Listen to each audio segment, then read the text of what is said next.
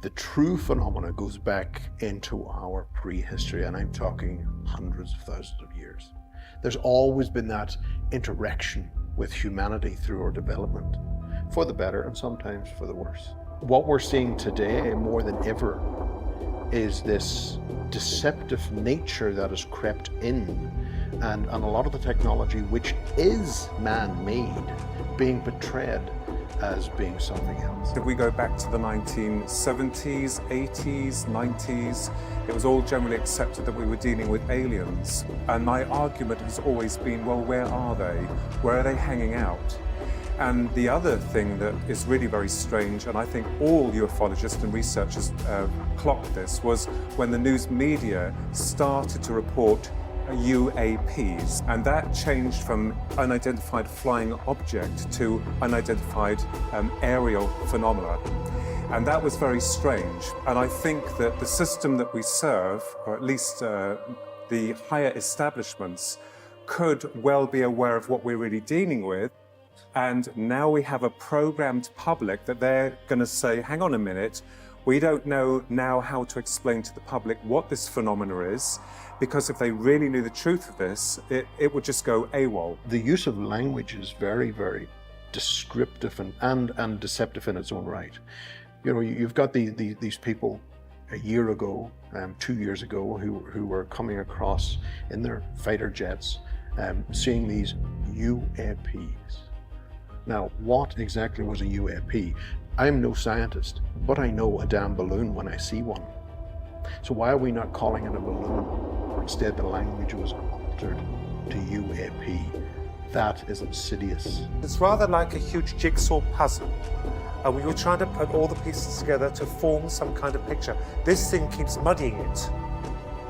But we're trying to put the picture together. And do you know what? I think we're winning. Very slowly, as smart as it is, as clever as it is, we are slowly forming some kind of weak image.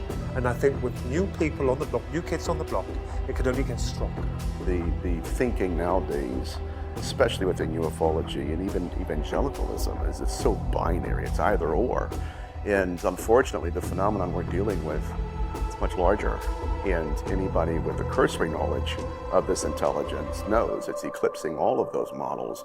It's pushing us into corners where we are forced to think outside of the intellectual coffin we've been boxed in. Let me suggest this, that in believing in the mask, we empower the intelligence that's wearing it. Don't tell me they just started seeing UFOs last week because the Navy allowed them to report it.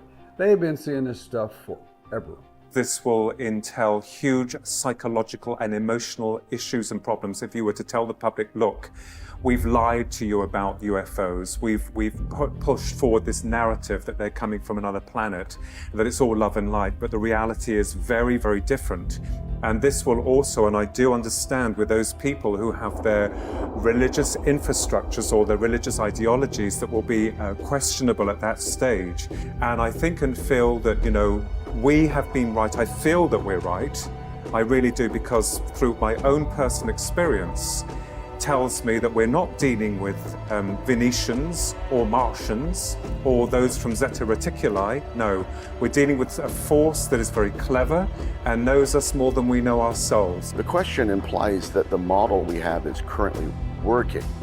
Now, with the implications we've noticed within the occult manifesting itself and overshadowing ufology, it brings into question the current model. If the model itself is wrong, then our timeline is wrong as well.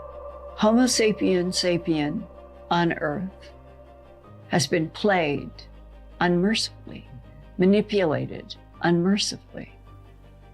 We are this divided, warring species because of manipulations by something that is trying to accomplish something in all of this experimentation on Earth. The alien functions like an intelligence agency. When we needed a cover story for something, a lie, we just told it. We'd tell the best one what you needed to hear. And it made us really look good.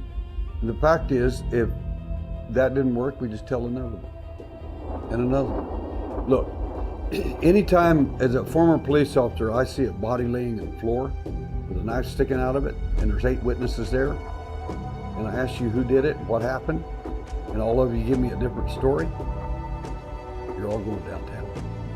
Every one of you.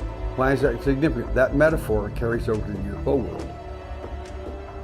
Every country I go to, Ireland, doesn't make a bit of difference. The little wee fairy folk, if you don't do right, they may not bring you back.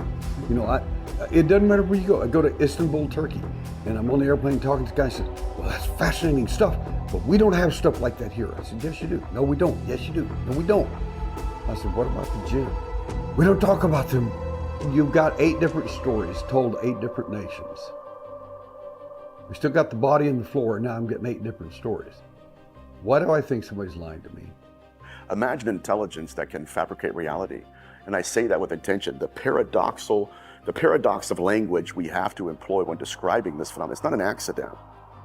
We don't even have the vocabulary to articulate what is occurring. And what draws my attention to this is so fascinating as well is all of these events are seemingly supernatural. And we know they're supernatural because they are supernatural. They transcend that microcosm.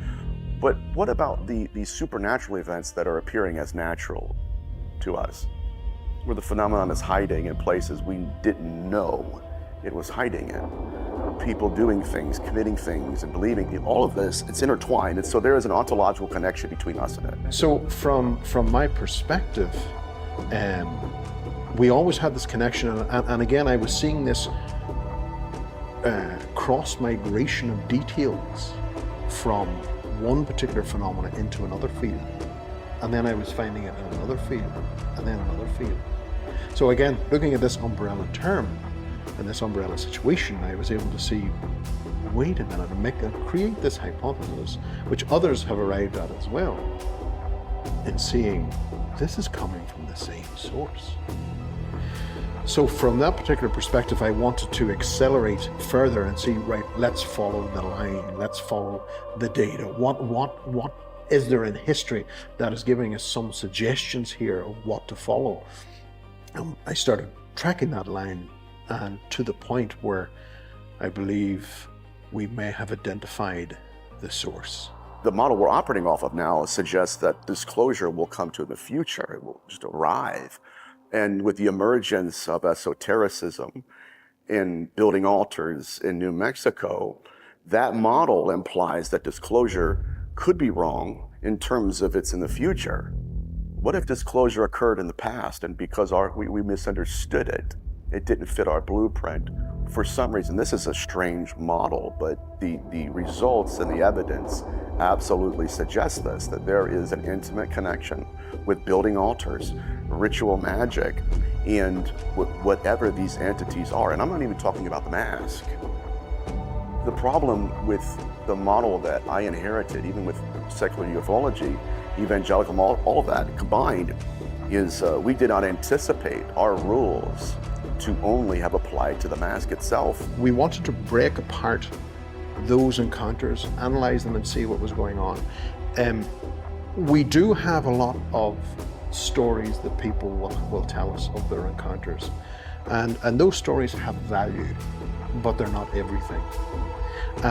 But within those particular stories, there tends to be key points of data which are unique. But we're able to take those aspects of those encounters, and we can see those aspects trail all the way back through history. They remain the same. The mask in which it interacts with us always changes, but the phenomena remains the same. We are now forced to look more into what we represent, because this energy, this consciousness, this awareness is more aware of what we are than we are ourselves. I mean, let's consider the fact we don't even really know our true genus.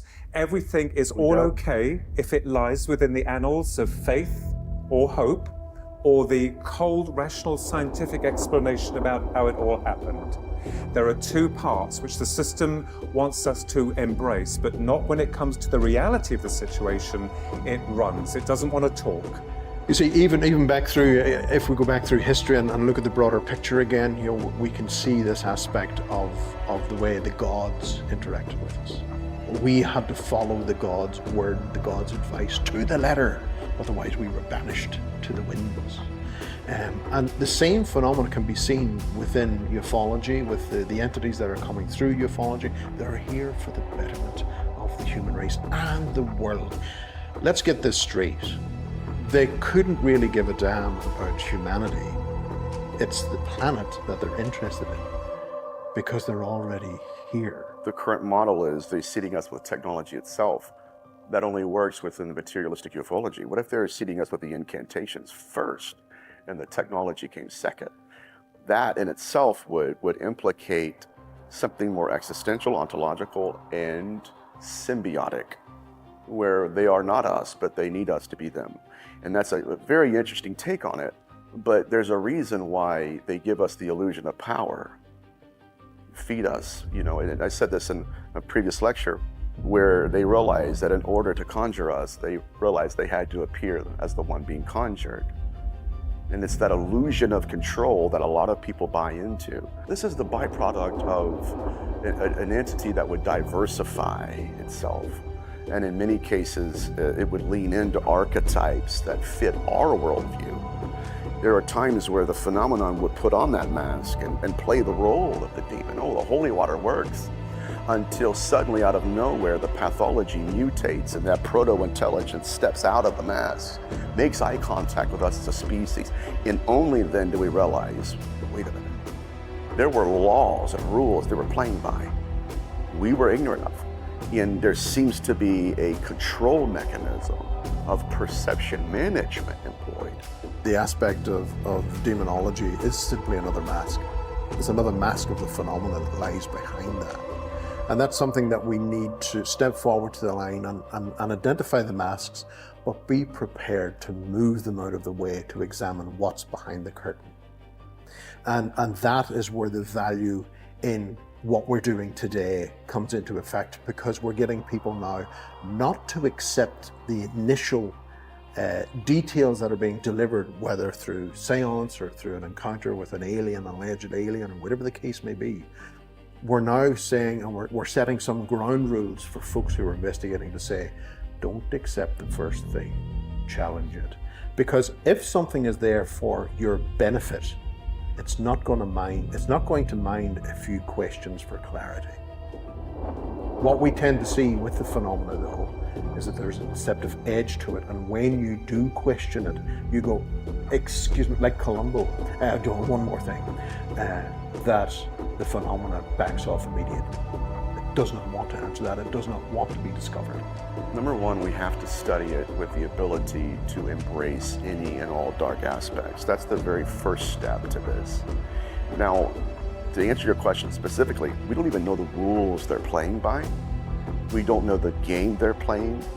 And in many cases, they'll tell us to do a certain thing or to do a certain, for instance, scientists we both know of, out in the middle of the New Mexico desert, building altars of uncut stone, literally designed for not just magic, not just ritual magic, but sacrifices. Now, there's only two possibilities. He doesn't know why he's doing it, or he does. See, in the 16th century, where we were early demonologists, we're still trying to determine what these things were. Why can they appear as deceased loved ones? Are they horns and hooves in entirety? Or, is there some kind of other category they don't fit? When that happened, the Vatican took authority over it and just pretty much dominated the entire field of demonology. This is what it is. It's institutionalized.